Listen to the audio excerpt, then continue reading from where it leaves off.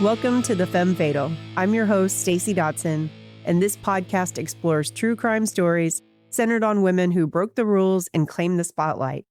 Each episode blends history, pop culture, dark humor, and sharp commentary, then closes with an astrological examination of personality traits that may have shaped the crime. Each episode, I'll be joined by a rotating cast of guest hosts because this Femme Fatale prefers not to work alone. Welcome back to the Femme Fatal. Today I'm being joined by my friend Kay, who I've known since high school, and we graduated in 1988, so you can do the math on that. Kay is joining us, and she's going to talk about the sinister sitter, Christine Falling. Hi, Kay. Hey, Stacey. How you doing? I'm good. What about you? Doing all right. What made you want to talk about her? Well, I was researching female criminals, and it was interesting to me because she was so young. I just feel like common sense was lacking during her little crime spree. I shouldn't say little. It just was fascinating to me how long it took them to put the pieces together. Yeah, from what I understand, and I'm interested on your take, but yeah, it sounds like she went unnoticed for so long. She did. It was bizarre. So I thought it was an interesting story. Tell us a little bit about Christine. First off, did you ever babysit when you were a teenager? I did, and I think those people were nuts because I was 12 and they left me with 3 children. One was a baby. I'm like, they must wanted to get out of the house bad because I wouldn't leave me with 3 children now. My babysitting career was very brief because I was the worst babysitter. I slept so hard. I would babysit these kids and I was like you, 11, 12 years old. I'm like, why would you ask me to do this? Anyway, sometimes I would fall asleep before the kids would. And I slept hard, so hard. One time I remember waking up in my bed the next day and how did I get here? And my mom said, oh, Mr. So-and-so drove you home and you just went right upstairs and went to sleep. I'm like, oh my God, I don't remember. So yeah, that's my babysitting career was very brief. So Christine Falling, she had quite the babysitting career. As far as I can tell, it began when she was 16 years old. Before we get to that, a little bit about her background. So she was born Christine Slaughter. Like her name was appropriate. Exactly. Later known as Christine Falling. And then later she was known as the caretaker killer or the killer babysitter. So she was born on June 12th, 1963 in Perry, Florida, which is kind of up in the panhandle of Florida. Might make enemies with 1/50th of the country by saying Florida is a strange place. HBO has a whole show about it. I think they've just got to, come to terms that if you're nuts, you come from Florida. The craziest shit happens in Florida. It does. It does. So she's from Florida. Her early life was really marked by instability. Her mom was 16 when she was born. She has an older sister. I didn't catch the age of her older sister, but I'm guessing her mom was 14, 13 when the older sister was born. Wow. But the dad was in his 60s. And these weren't the most stable people. Mom would just disappear for months on end. And the dad had some sort of disability. He was injured and they couldn't care for the kids. So they were adopted by the Falling family, Dolly and Jesse Falling. From all accounts that I have read, Jesse Falling was pretty bad. He was a raging alcoholic and he physically and sexually abused both Carol and Christine. No, not a chance. Not a chance. Not to mention the fact that Christine her psychological development was stunted. She was epileptic, so she was prone to seizures, but she had hallucinations. She would hear voices. She was a little developmentally delayed. So by the age of 16, she was deemed medically incapacitated. Does that mean she needed like a guardianship or? I think so. Someone to kind of help her look after her affairs and get through life. But I don't know that she had a guardian. Yeah, it doesn't sound like she had any support, really. It doesn't. And so while she was still under the age of 16, there were some troubling signs that her family members described. One that really stuck out to me was the fact that she was mean to cats. She would strangle cats to death and she would drop cats from really high places to test out the 9 lives theory. Did she keep a journal? I don't think so. But if you're abusing animals at a young age, that's typically a bad sign for your future. And it was, because her future was not bright. It doesn't sound like it. She also struggled in school. Obviously, if she's got some cognitive issues, she's going to struggle. And she dropped out of school in the 7th grade. I didn't know that was an option. Was she with the foster family at that time? I think she was with the Fallings at that time. And so I'm just, how? How do you do that? She probably fell through the cracks if the school never contacted, I don't know. That was a long time ago. It's not like everything's, now we can keep tabs on everything, right? So that was in the 70s. Anything goes in the 70s. So anyway, by the age of 16, she had moved to this town further into the Florida Panhandle called Blountstown. It's spelled Blount's town, Blountstown or Blountstown. Her biological mom lived in Blountstown, so she went there to be closer to her mom. One thing I read was that she demonstrated a pattern of befriending families in need of childcare. So she was looked at by families as an unassuming, sweet girl and good with kids. She started babysitting at age 16. In Blountstown, she started babysitting and she was hired to babysit a 2-year-old named Cassidy Johnson. Her parents called her Muffin. Oh, that is cute. Blountstown is a small rural town about an hour west of Tallahassee, Florida. So she begins this babysitting gig and she's a couple of hours into the gig and the baby, Cassidy, becomes unresponsive. Oh, Muffin. Yeah, so authorities are called or ambulance is called and they get the baby to the doctor and she is diagnosed as having encephalitis, which is an inflammation of the brain. She entered into a coma. So 3 days later, this was on February 25th, 1980. On February 28th, 3 days later, Cassidy died. Muffin. I know, poor Muffin. And so they did an autopsy, and autopsy listed her cause of death as blunt force trauma. So I'm like, okay, what does that mean?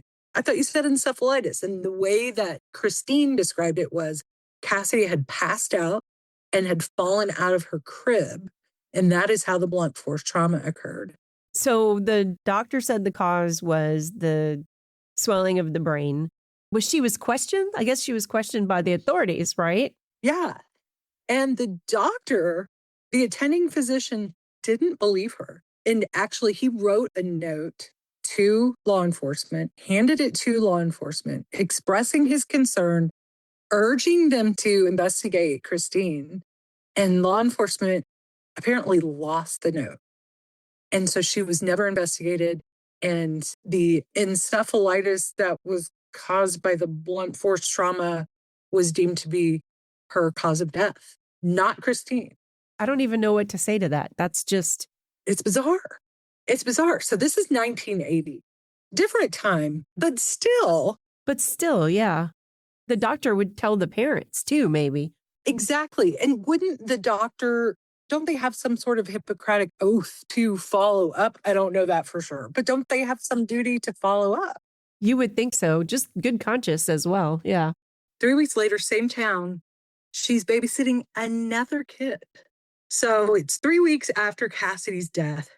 And she gets this babysitting job watching another 2-year-old. This little boy is named Kyle Summerlin. Under her care, he is then rushed to the hospital and is deemed to be suffering from spinal meningitis. That's different. That's different. But Kyle did not die. But that's really suspicious, right? In a 3-week time frame, a baby dies under her care, and then Kyle is rushed to the hospital with meningitis. Just something to keep in mind as we continue with this discussion. This can't possibly be a big town, right? It's not a big town. It's not. It's a small rural town. Let's fast forward a little bit. A few months later, she has moved down to Lakeland, Florida. So you've got Tallahassee up here in the Panhandle. Go about 4 hours south to Tampa, and then an hour east, and you're in Lakeland, Florida. It's inland and kind of in the middle of the state of Florida, but in the southern portion. So she moves down there. Again, she's able to befriend people needing childcare. She also has a stepsister that lives down there. Her name is Geneva. Stepsister from the dad? That is a good question. I think it's a stepsister from the Falling family, but I'm not 100% sure on that. I just know it's a stepsister. She's got a stepsister. Oh, let me back up real quick. When Christine was 14, so this is before Cassidy, Christine got married when she was 14 to a 20-year-old who I read was her step brother. Okay. Ew. I think these are kind of backwoodsy people. I mean, again, it is Florida. Sorry, Florida. It only lasted 6 weeks. Apparently, they were both very abusive to each other and got divorced, and very bizarre. And so after that, between age 14 and separating from her husband, and 16 and murdering Cassidy, she is in and out of hospitals. I've read 50 times she was in and out of hospitals because of her psychosis, her hallucinations, and all that. So keep that in mind. Fast forward, Cassidy's deceased. Kyle was ill. Now she's moved to Lakeland, Florida, befriends people. Her stepsister's down there, and she gets a gig babysitting this little boy named Jeffrey Davis. And so she's watching Jeffrey at his home, and he takes a nap on the couch while Christine is sitting next to him. But he never wakes up. So he died at the house. He died at the house. So the family didn't have a phone. She went next door to use the neighbor's phone to call an ambulance. When Jeffrey was brought to the hospital, he was pronounced dead. And his cause of death was determined to be myocarditis, which is an inflammation of the heart. Myocarditis is not typically a fatal diagnosis, but that's what they said. That's what Jeffrey died of. Again, like with Cassidy Johnson, no foul play is deemed to be had on Christine's part. She's not at fault. It's nuts. It's nuts. And so the death of Jeffrey was not deemed to be suspicious at all. Get this. 3 days later, Christine is babysitting again. This time she's babysitting her stepsister, Geneva's son. His name is Joe Boy. Joe Boy? Anyway, poor little Joe Boy. I don't want to know. I know. But so Joe Boy is actually Jeffrey's cousin and also the son of her stepsister, Geneva. Geneva wanted to go to Jeffrey's funeral. This was someone that was close to them. So she gets Christine to watch Joe Boy. Guess what happens? Joe Boy dies. Joe Boy dies. Oh my God. I know. So she says, I put Joe Boy down for a nap and he never woke up. Sounds familiar. And the medical professionals determined that Joe Boy's cause of death was initially the same as Jeffrey's, myocarditis. But then they started thinking, well, maybe it's a virus.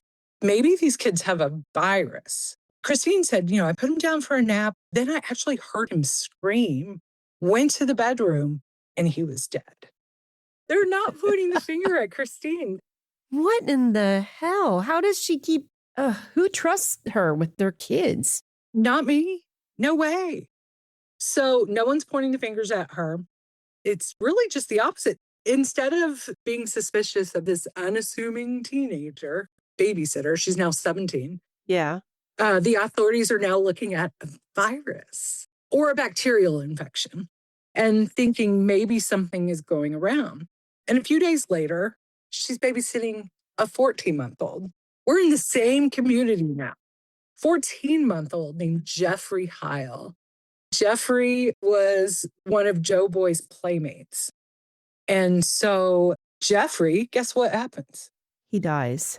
He doesn't die, but he becomes ill. He becomes so ill that he is deemed to be suffering from a viral infection. He's in the hospital. His parents go to the hospital to be with him, and they leave their 3-year-old son, Charles, at home With her? with her. Oh my God. Are you kidding? I know. Isn't that crazy? No. Now what happened to the 3-year-old? Then the 3-year-old, according to Christine, he had a seizure, became unconscious, and he's now rushed to the hospital. Okay. So both their kids are in the hospital. Neither one of them died, thank goodness. But still, no one is suspicious of Christine. How? Okay. How many is this now? That's 5. But okay, I'm thinking about as I'm reading this, I'm thinking, okay, Bluntstown is 4 hours away. It's 1980. Communications, they're not the same as what we have now. Maybe law enforcement 4 hours away is not communicating.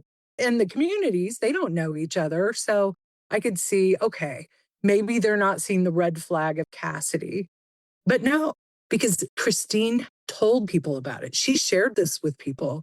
Yeah, when I was up in Bluntstown, I was watching Cassidy and she died under my watch.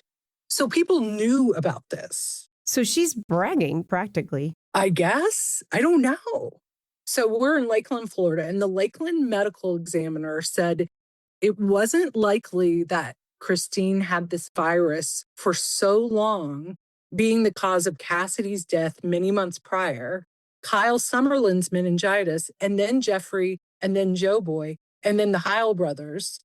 So they're thinking maybe she has a virus and she's like So they're thinking she's like patient 0. a silent carrier of this virus.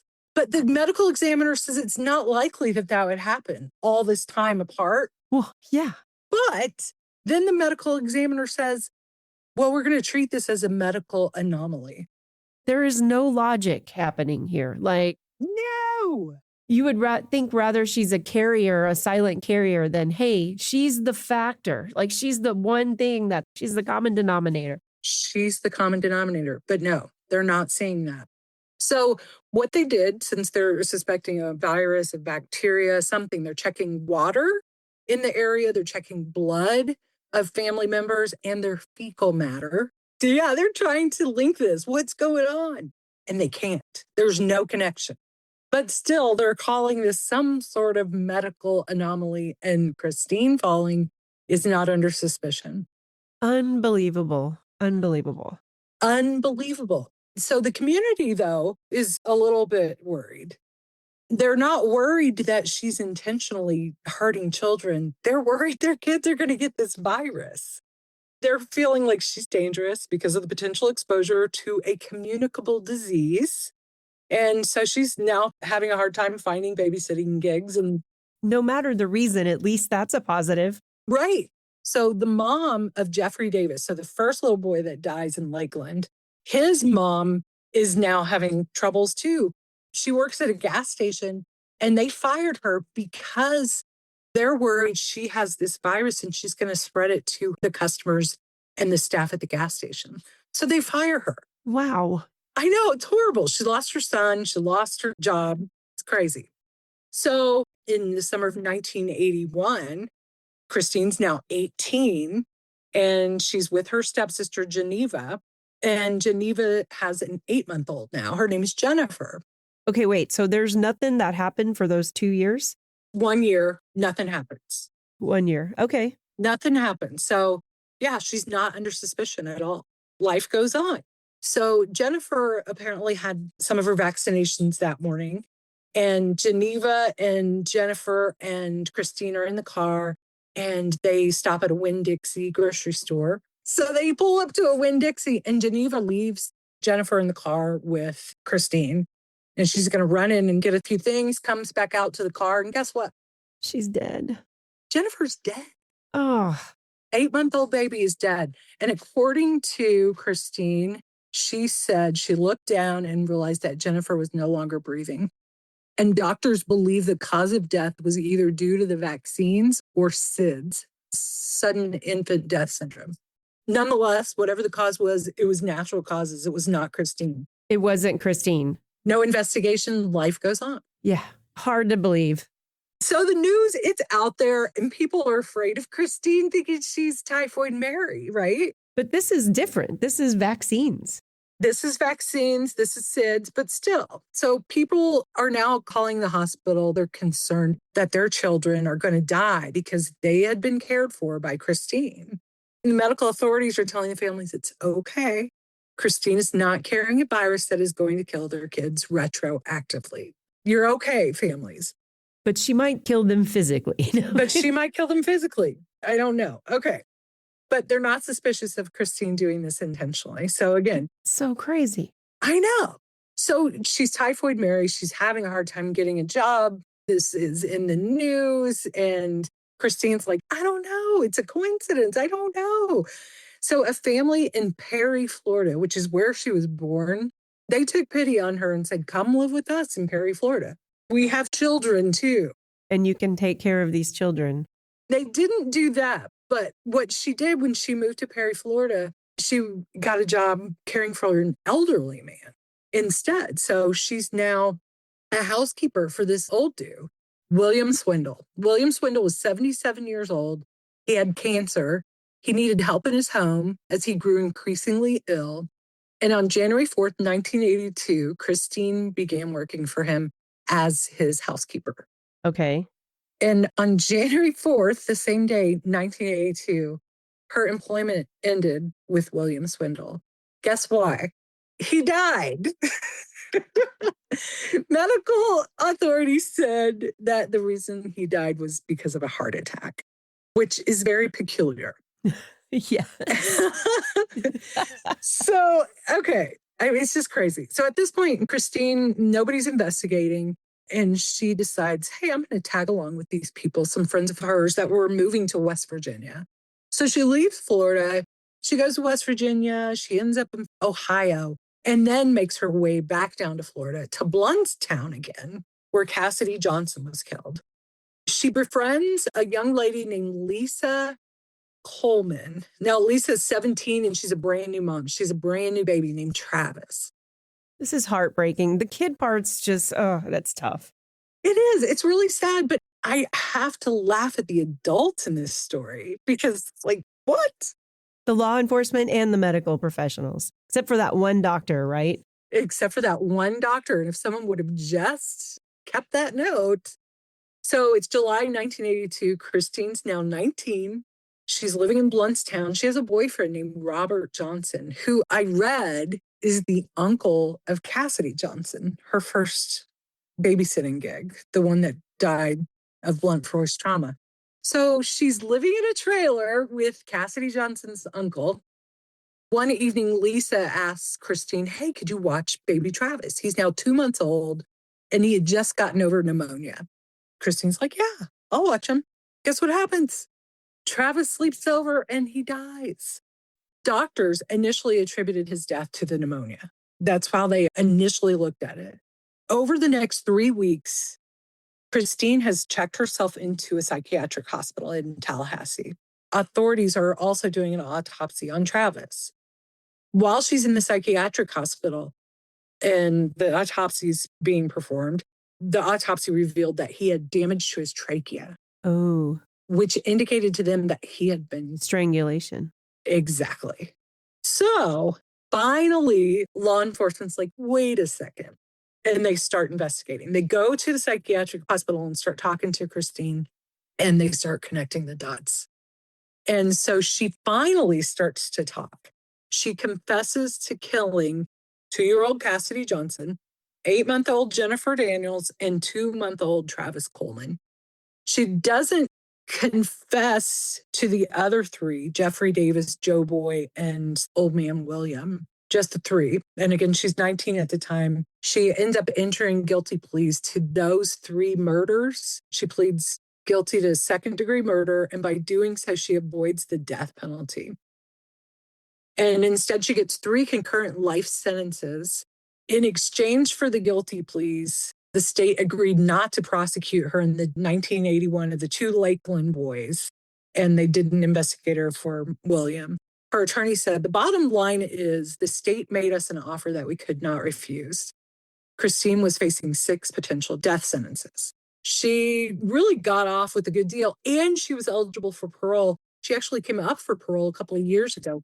Wait, she was eligible? How do you have 3 life sentences and be eligible for parole? I don't know, but they were concurrent life sentences.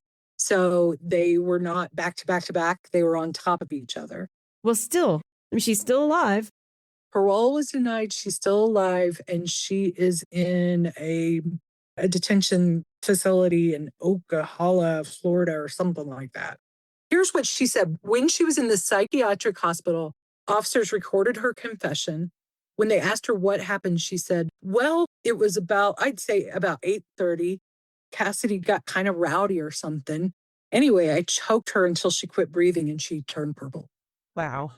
She said her heart stopped beating and her pulse had stopped and she wasn't breathing. So I tried to get her back to breathing and I couldn't. Regarding Travis, she said, I just choked him. No apparent reason. I just picked him up off his pallet and choked him to death and laid him back down. It's chilling. It is chilling. And she, in her confession, she stated she heard voices telling her to kill the baby and described smothering them with pillows or blankets so that no one could hear them scream. She remains incarcerated at Lowell Correction Institution in Ocala, Florida. You got to wonder about the ones that they just dismissed, like the family members, how they feel. That's not fair. I don't get justice for who I lost because you're making a deal just to get these convictions to stick. And, you know, back in the 1980s, Florida still had the electric chair, so she would have been in line with Ted Bundy. It's interesting, too, because you see the insanity defense often. If you look at her mental illness, yeah, she was mentally ill. Evaluations acknowledged that she was mentally ill, but she was deemed to be legally sane because she understood the difference between right and wrong. She understood. So she did not go live the rest of her life in a psychiatric hospital. She went to prison, which is where she stays today. Deservedly so, yes. You brought up earlier about she had epilepsy. In researching starting this podcast, I've come across so many women serial killers had epilepsy. The last week we did Elizabeth Bathory. We didn't even touch on that, but apparently she had epilepsy. Back then it was called the falling sickness, and it apparently ran in her family. But that's just weird that epilepsy is a tie-in. It's something that they all have in common. Something to chew on. It is. I'd be interested to hear more about female serial killers or criminals with epilepsy. There's one, and I can't remember her name. She was the Italian one who served her victims to guess with tea and these cake pies. I can't remember her name. That's going to be definitely one of the episodes. But well, yeah, definitely. Yeah, but yeah, she had epilepsy really bad. So one of the things I noticed, though, is there's not a lot of pop culture stuff about her. Like, no one's really made a movie about her. I'm like, you think they would? This is pretty interesting. It's interesting, but it's disturbing. It's hard with the kid kills, you know? It's like you want to have this podcast and tell a story, but, you know, you're kind of like, ugh, it's children, you know? And if this movie came out, motion picture or streaming, yeah, I don't think I'd want to watch it, actually. Well, hopefully, I mean, maybe they wouldn't make it where we see all of it. But skipping over pop culture, because there's really not much. I mean, they did a Forensic Files on her and a couple of other, like, I want to say Snapped did a show on her.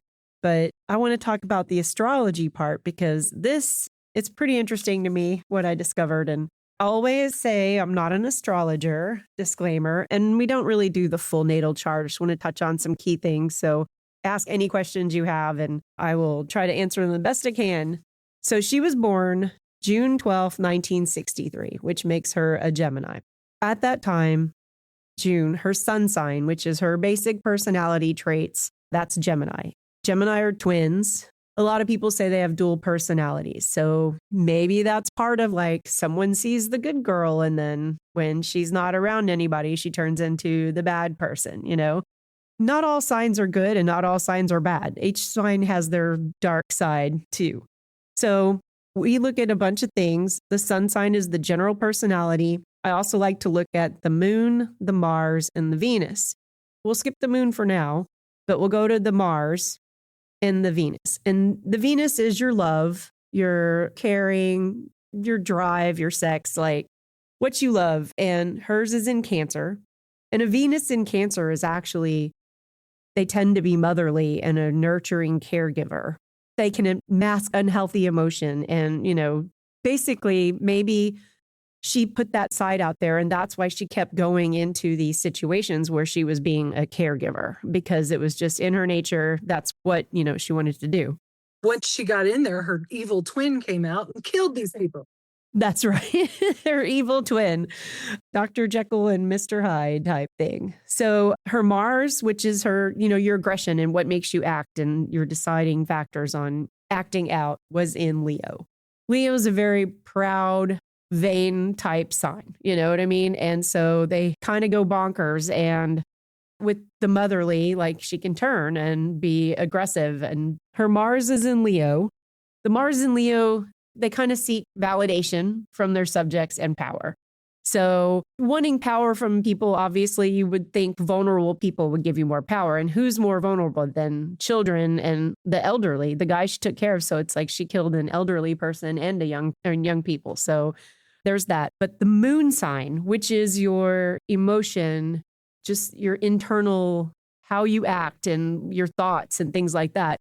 Christine was born when the moon was void of course, meaning she does not have a moon sign.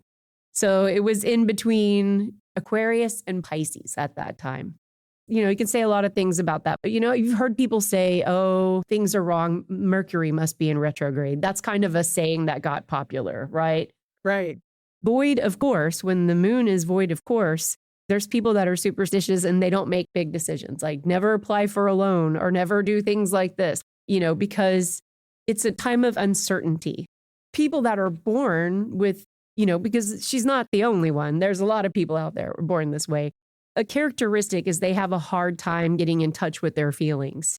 They kind of need people to help them go in the right direction.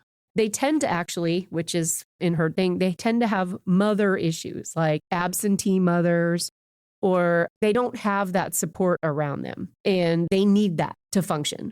So did some digging into people that were born with this void. And while there's a lot of great people, like Princess Di is one of them, you know what I mean? Pope John Paul II, the Ayatollah Khomeini. Did I say that right? Ayatollah. I think that's right. Ayatollah Khomeini, yeah. O.J. Simpson. O.J. the juice. And Christopher Columbus. An interesting one is Winston Churchill. He was known for having like a large cabinet of people to help him and just had a lot of consultants and things like that. And I don't know a lot about Churchill, but I kind of now want to deep dive because he did employ an astrologer named Louis de Waal.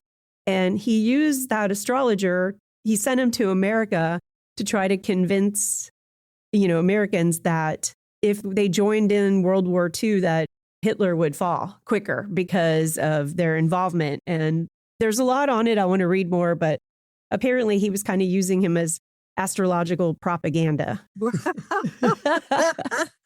That's interesting. I didn't know that.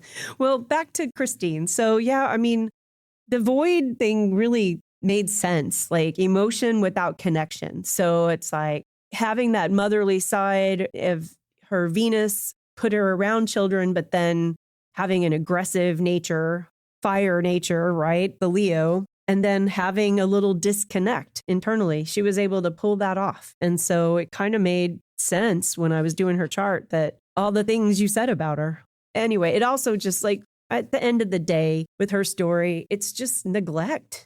Why did this happen so many times? So she had 6 victims? And 3 that she confessed to. So, well, thank you. Thanks, Stacey.